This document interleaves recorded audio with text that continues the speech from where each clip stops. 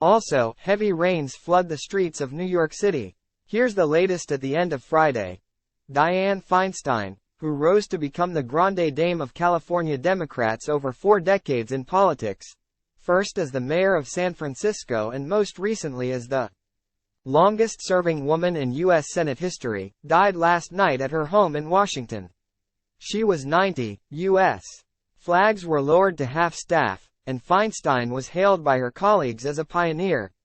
She was a historic figure, a trailblazer for women and a great friend, President Biden said. The country is going to miss her dearly. Time equals 400 Ms. Greater than Feinstein was San Francisco's first female mayor, the first woman from California to be elected to the Senate, the first woman to be considered as a presidential running mate, and the first woman to preside over a president's inaugural ceremonies. She had planned to retire at the end of her term in 2025 and rejected calls to step down before then, even as her frail health and memory issues made it difficult for her to function on her own. Several prominent Democrats are eyeing her seat. But the pressure for now is on Governor Gavin Newsom of California to name a temporary replacement quickly, especially given the narrow advantage that Democrats have in the Senate. Newsom has pledged to appoint a black woman, but he has not spoken today about his plans. Here are the possible candidates to fill Feinstein's seat. For more, these photos captured key moments of Feinstein's career. Heavy rains bring flash floods to New York. City Gov. Kathy Hochul of New York declared a state of emergency today as heavy rainfall pounded New York City and the surrounding region, causing flash floods. Entire subway lines were shut down, major roadways turned into lakes and children were moved to the upper floors of flooded schools. Time equals 400 Ms. Greater than Hochul described the storm as a life-threatening rainfall event, urging New Yorkers to stay home and warning those who live in basements to brace for the worst. Plan your escape route, she said.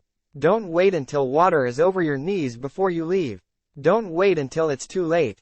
The rain is expected to continue through the night, and a flood warning was in effect until tomorrow.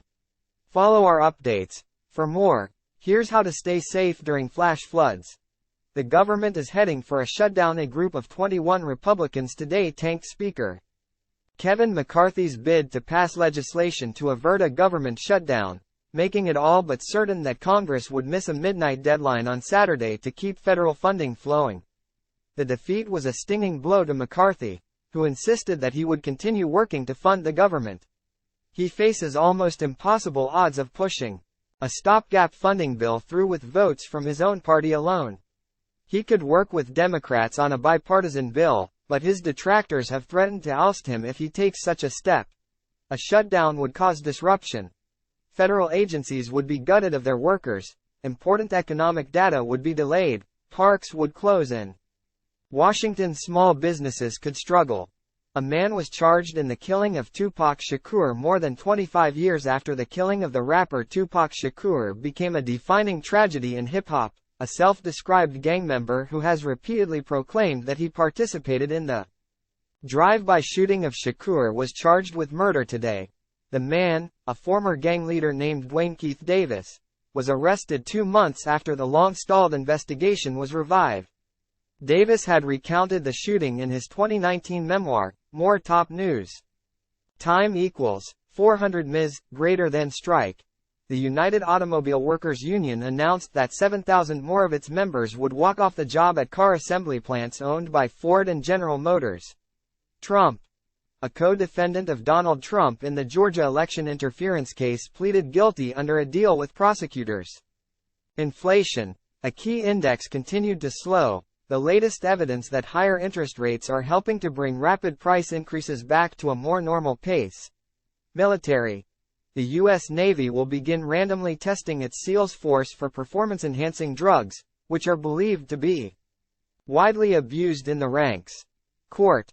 A judge in Michigan ruled that Ethan Crumbley, who at age 15 killed 4 students during a school shooting in 2021, is eligible for a sentence of life without parole. Energy. The Biden administration will offer 3 areas in the Gulf of Mexico for oil drilling over the next 5 years, a record low number of offshore leases. Sudan. the United Arab Emirates is running a covert operation to back one side in the war, supplying weapons and aid from across the border in Chad. Birthday: Jimmy Carter, the longest living president in American history, turns 99 on Sunday. Time to unwind the must-sees at the New York Film Festival. Hollywood's actors are still on strike. But that isn't stopping the New York Film Festival, our chief film critic Manohla Dargis writes. For decades, the festival has weathered various woes, and while it has nowhere near the prominence or glamour of Cannes or Venice, it remains a standard-bearer for the art. And this year's offerings are dizzyingly diverse. The festival opened today with Todd Haynes' May-December, which explores what happens when an actress, played by Natalie Portman, meets the woman, Julianne Moore, she's about to play in a biopic. Other festival must-sees include Bob DeVos's Here, Bradley Cooper's Maestro, and Michael Mann's Ferrari, a climate solution. Floating houses as sea levels rise and storms worsen. Some architects and developers are looking to the water not as a looming threat, but as a frontier for development. In the Netherlands, for example, there are floating offices, a floating dairy farm and a floating pavilion. Other low-lying countries like the Maldives are looking to replicate that strategy. Dinner table topics: a Sri Lankan baker in France, Darshan Selvaraja, has yet to apply for French citizenship. But he bakes a perfect baguette, which was awarded a grand prize. An unlikely match: Willie Francois is a pastor, Delijah Franklin is a pole dancer. They fell in love. French girl style. Jane Birkin made the look famous. Now Jean Damas is selling her version of it to the masses. Luxury living.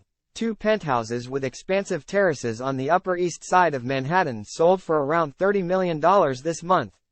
Here's what that gets you. What to do this weekend: bake this velvety cheesecake stays in the oven until it's almost burned on top. Watch tonight on FX.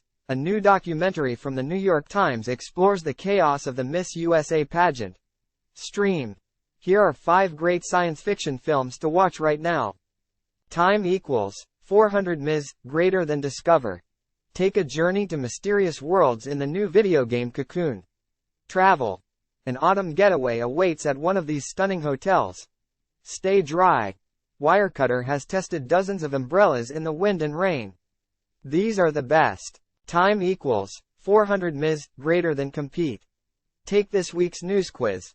Play. Here are today's spelling bee, Wordle and mini crossword. Find all of our games here. One last thing: boom times for dog TV. At the height of the pandemic, seemingly everyone, or more accurately, 23 million households, adopted a pet. Many of those were puppies whose owners have now gone back to working in an office, leaving the dogs alone for longer than they've ever been. To fill that gap, and alleviate the guilt, hundreds of thousands have turned to Dog TV. The channel produces content that is recolored, edited and scored specifically for its easily distracted and narratively challenged viewers.